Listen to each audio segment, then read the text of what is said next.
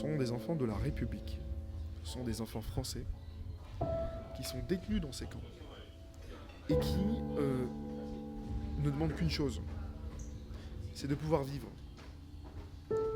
Ils sont âgés de 2 ans et de 4 ans. Et je ne pense pas qu'à 2 ans ou à 4 ans, contrairement à ce qu'on a pu entendre dans les médias, ces enfants soient des bombes à retardement ou un danger pour la société. 90% des enfants qui sont dus dans ces camps, il y en a 300, 90% de ces enfants sont âgés de moins de 6 ans.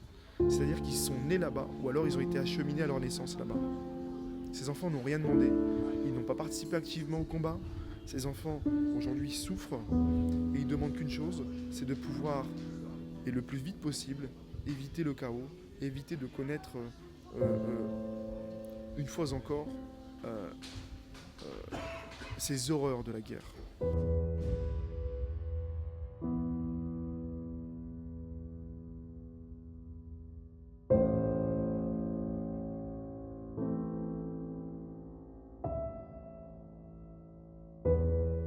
J'ai entrepris des actions juridiques nationales et internationales.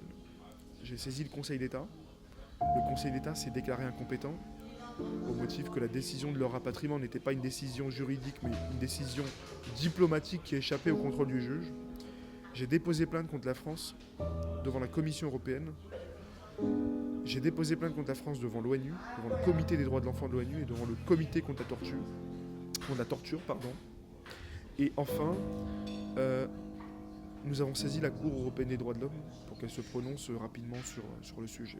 Malheureusement, les délais sont extrêmement longs et les juridictions européennes ne se prononceront pas avant au moins 18 mois.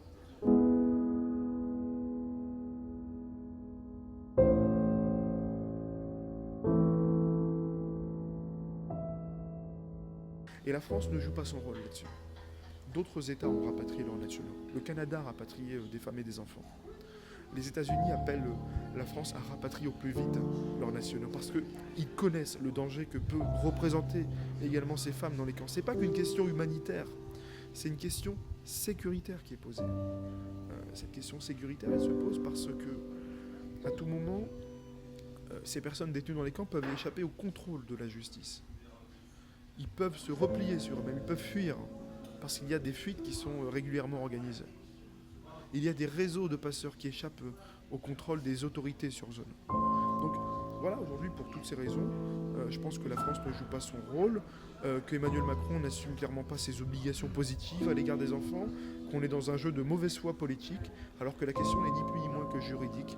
Et je pense que si on veut réellement assurer la sécurité des Français, moi je préfère voir les djihadistes emprisonnés en France que les voir détenus ou presque en Syrie.